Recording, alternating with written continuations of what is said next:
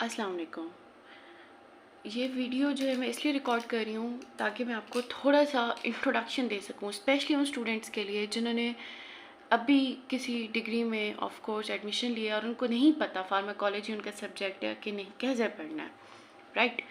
तो सबसे पहले जो ये है, फार्माकोलॉजी बिल्कुल भी बोरिंग चीज़ नहीं है, ठीक है। अगर आप इसको ध्यान से पढ़ें और इंटरेस्ट लेके पढ़ें तो ये बिल्कुल भी बोरिंग नहीं है। फार्माकोलॉजी में जो है हम ड्रग्स पढ़ेंगे, ठीक है। ड्रग्स की थेरापेटिक एक्शन, ड्रग्स जो है वो कैसे एक्ट करती हैं हमारी बॉडी के अंदर, ठीक है।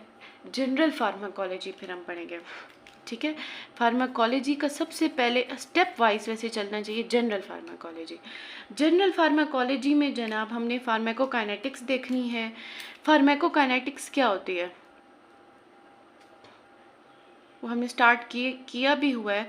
फार्माकोकाइनेटिक्स ये होती है कि जब हमारी बॉडी में ड्रग जा रहा है, ठीक है, तो हमारी जो बॉडी है वो ड्रग को कैसे रिस्पॉन्स देगी, ठीक है, क्या करेगी वो ड्रग के साथ, एब्जॉर्प्शन कराएगी, डिस्ट्रीब्यूशन कराएगी, मेटाबॉलिज्म होगा, फिर वो इसका एक्सक्रीट आउट हो जाएगी ड्रग।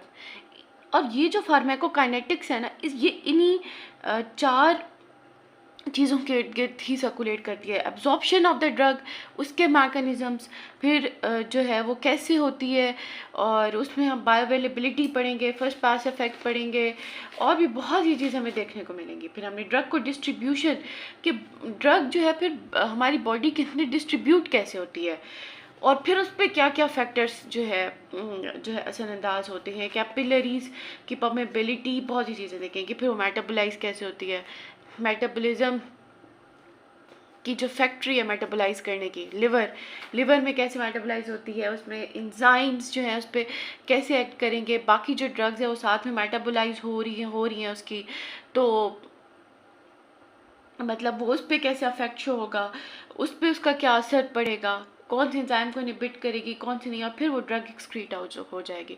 एक्सक्रीशन होती है बॉडी में से ड्रग की, ज़्यादातर लिवर से होती है, ठीक है। लिवर से मेटाबोलाइट्स बनते हैं, और फीकल रूट से होती है, किडनी से होती है, ऑब्वियस यूरिन में होती है।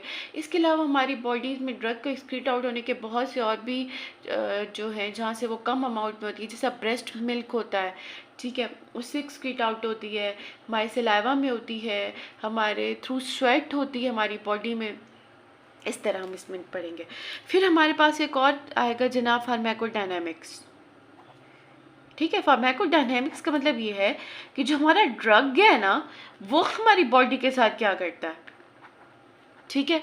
इस चैप्टर के अंदर हम क्या क्या डिस्कस करेंगे, इस चैप्टर के अंदर भी हम ये देखेंगे कि ड्रग है रिसेप्टर के साथ बाइंड करता है तो क्या क्या इफेक्ट देता है, ठीक है। इसके अलावा रिसेप्टर्स देखेंगे, लाइक रिसेप्टर के साथ वो कैसे बाइंड करता है। हर जो ड्रग है वो सेल पे तब एक्ट करता है जब वो रिसेप्टर के साथ जाकर बाइंड करता है। रिसेप्टर्स की डिफरेंट टाइप्स हमने देखी हैं, उसमें उसने कुछ ड्रग्स जो होते हैं वो एगोनिस्ट होते हैं, और कुछ जो होते हैं वो एंटागोनिस्ट के तौर पर एक्ट करते हैं। तो हमने वो सारी चीज़ें देखी हैं, ठीक है वो, ठीक है। और इसके अलावा डोज रिस्पॉन्स रिलेशनशिप्स पढ़ने हैं कि कितनी डोज होती है तो वो क्या रिस्पॉन्स देती है बॉडी, तो इसमें फार्माकोडायनामिक्स में हम ये चीज़ देखेंगे। फिर मैं आपको ये बताऊं कि सबसे इंपॉर्टेंट चीज़ जो सबसे पहले आप समझो ना, दैट इज़ ईएनएस का चैप्टर होगा वो, ठीक है। ईएनएस के चैप्टर में it is autonomic nervous system. मैं आपको एक और बात बताऊं, अगर आपको एएनएस की समझ नहीं आती ना तो आप फार्मा की आपको कभी भी समझ नहीं आएगी, पूरी फार्माकोलॉजी की। एएनएस को समझने के लिए इसके आगे, इसके भी फर्दर आगे 4 चैप्टर्स हैं, क्योंकि जो मैं आपको बता दूँ क्यों नहीं होता ऐसा, क्योंकि ये मुझे भी बात बोली गई थी जब मेरी डिग्री स्टार्ट हुई थी। एएनएस जो है autonomic nervous system, it comprises of two systems, sympathetic nervous system and parasympathetic nervous system, right। अब sympathetic nervous system, parasympathetic nervous system, हमारी पूरी बॉडी में ये न्यूरॉन, हमारी पूरी बॉडी के अंदर आप ये समझो फिलहाल के इसके रिसेप्टर्स प्रेजेंट हैं, ठीक है। अब जो भी चैप्टर खोलो ना उसमें ज़रूर एएनएस का अमल दखल आपको मिलेगा। अब जिस तरह सिंपैथेटिक नर्वस सिस्टम के 2 न्यूरॉन्स होते हैं, एपिनेफ्रीन और नॉर एपिनेफ्रीन, और इसका एसिटाइलकोलिन, इनके receptors through out the body present हैं, ठीक है, through out the body, her system में, मसल के ऊपर, न्यूरोमस्कुलर जंक्शंस पे। तो ये आपको समझना बहुत ज़रूरी है, और इंशाल्लाह मैं इस पर बहुत अच्छी वीडियो बनानी है, बहुत समझ के पढ़ेंगे, बहुत स्लोली और बहुत आराम से। फिर हमारे पास आप पढ़ोगे सिंपैथेटिक सेंट्रल नर्वस सिस्टम। इसमें न्यूरो डिजेनरेटिव ड्रग्स होती हैं, न्यूरो डिजेनरेटिव जो डिजीज़ हैं उनमें ड्रग्स हम कैसे देते हैं, कैसे ट्रीटमेंट करते हैं। इसमें एंटी डिप्रेसेंट्स पढ़ने हैं और CNS स्टिमुलेंट्स पढ़ने हैं, कौन सी ड्रग्स जो हैं वो अब इसमें हमने एंटी साइकोटिक ड्रग्स पढ़नी है, एपिलिप्सी पढ़नी है, इसमें ओपाइड्स पढ़ना है, इस तरह उनकी ट्रीटमेंट, ठीक है। इसमें भी सारा न्यूरोट्रांसमीटर्स का गेम है और थोड़ा थोड़ा ANS का भी इसमें अमल दखल है। फिर हमने जो नेक्स्ट ड्रग्स पढ़ने हैं, यानी हमारी जो एंडोक्राइन सिस्टम है, एंडोक्राइन सिस्टम जो है इसमें पिट्यूटरी, थायराइड, ठीक है, हमारे जो ब्रेन है वो कैसे जो है कौन से जो है हार्मोन्स की सिक्रीशन को रेगुलेट कर रहा है। इसमें एंटी डायबिटिक ड्रग्स आएगी, इसी में एंड्रोजन, एस्ट्रोजन पढ़ेंगे, बोन की मेटाबॉलिज्म, मतलब related to hormones and glands और वो सारी ड्रग्स जो आपकी बॉडी पैक कर रही हैं। फिर हमारे पास एक बहुत इंपॉर्टेंट टॉपिक है हार्ट, और जिसमें hypertension, diuretics, anticoagulant drugs, anti arrhythmic, anti anginal, ये सब कुछ हमने पढ़ना है। हार्ट जो है ना, हार्ट के ऊपर रिसेप्टर्स होते हैं, बीटा 1 रिसेप्टर, राइट। इस पे जो है सिंपैथेटिक नर्वस सिस्टम जो एपिनेफ्रीन रिलीज़ करता है, पैरासिम्पैथेटिक सिस्टम की मेजर न्यूरोट्रांसमीटर एसिटाइलकोलिन वो आके एक्ट करते हैं, ठीक है, नॉर्मली हमारी बॉडी में। तो बहुत सी जो ड्रग्स हैं वो जिस तरह हमने पढ़ी है, बहुत ज़्यादा फेमस प्रोप्रानोलोल, ठीक है, प्रोप्रानोलोल जो है वो हार्ट रेट जो है वो कम करेगी, फोर्स ऑफ कॉन्ट्रैक्शन कम करेगी, जो हम हाइपरटेंशन के पेशेंट को दे रहे होते हैं, स्ट्रोक के पेशेंट को दे रहे होते हैं, ठीक है। इसके अलावा ACE इनहिबिटर, ARBs, सबका यही काम है। मतलब आपको ANS समझ जाएगा ना तो आपको हार्ट भी बहुत आसानी से समझ आ जाएगा, हार्ट की ड्रग्स। इसके बाद हमने जो है बाकी जो अदर्स में हमने देखना है, हमने रिस्पायरेटरी सिस्टम की ड्रग्स देखनी है, हमने NSAIDs जो है पेन किलर होते हैं, ठीक है, और नॉन स्टीराइडल। इसके अलावा हमने जो है हिस्टामीन देखनी है एंड सेरोटोनिन, ये चैप्टर इकट्ठा है। फिर हमने क्लिनिकल टॉक्सिकोलॉजी देखनी है, जो ड्रग्स टॉक्सिसिटी कॉज करती हैं, और फिर उनका जो एंटीडोट्स हम क्या पेशेंट को देते हैं। इसके अलावा जनाब हमने क्या देखना है, ये सारी ड्रग्स देखनी है हमने। हिस्टामीन और एनीमिक ड्रग देखनी है, एनीमिया कौन सा जो एनीमिया की कॉजेज़ क्या है, और फिर हम उसको जो है कैसे कंट्रोल करते हैं, क्या ड्रग्स एडमिनिस्टर करेंगे एनीमिया में। ये सारे इंडिविजुअल टॉपिक्स हैं, ठीक है। इसके अंदर जनाब हमारे पास GIT है, ठीक है।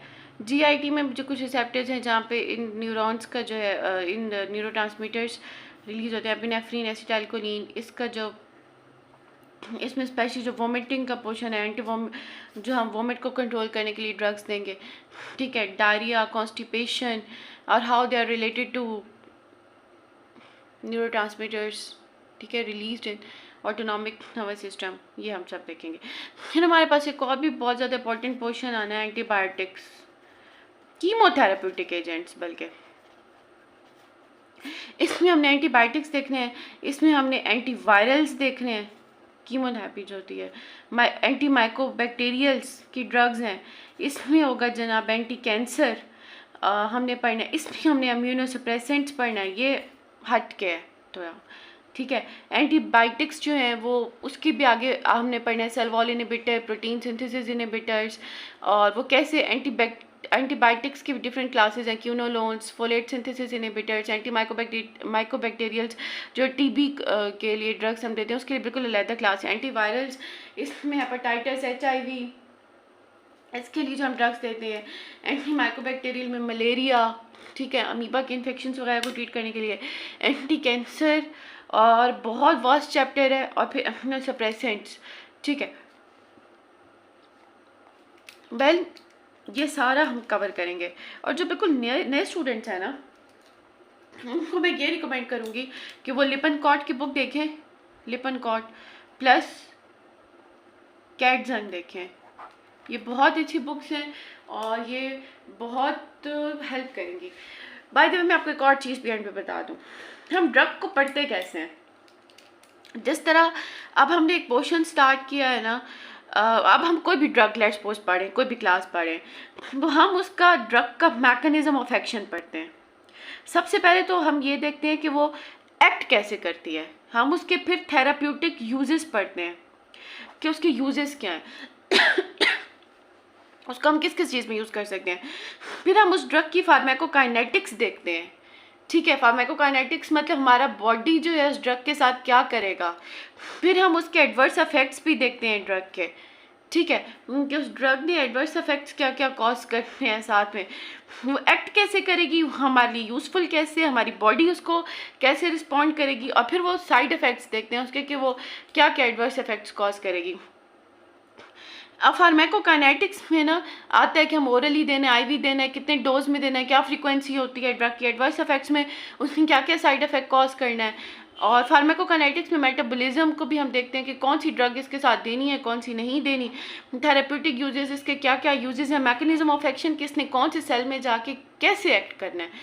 हम एक ड्रग को जब पढ़ते हैं तो हम ये सारे एस्पेक्ट्स देखते हैं। ठीक है, तो ये चीज़ें आपने देखनी है।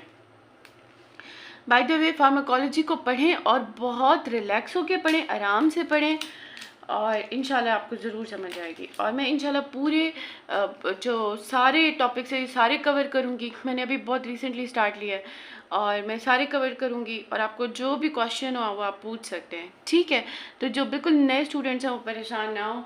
अगर आप बहुत ध्यान से पढ़ेंगे और रिलैक्स होकर पढ़ेंगे तो ये बिल्कुल भी मुश्किल नहीं है। ठीक है, thank you so much. By the way, and पे मैं एक और लाइन बोलना चाहूँगी कि nothing is difficult as beginning. जब भी आप पढ़ने लगें, आप अपने पेज के ऊपर ये लाइन लिखें, बस स्टार्ट करना होता है। ये पॉइंट बिगिनिंग ये मुश्किल होती है, उसके बाद अगर आप स्टार्ट कर लेते हैं और आप कंसिस्टेंट रहते हैं तो आप कुछ भी कवर कर लेते हैं। फार्माकोलॉजी तो कुछ भी नहीं है। ठीक है, आप कोई भी गोल अचीव कर सकते हैं।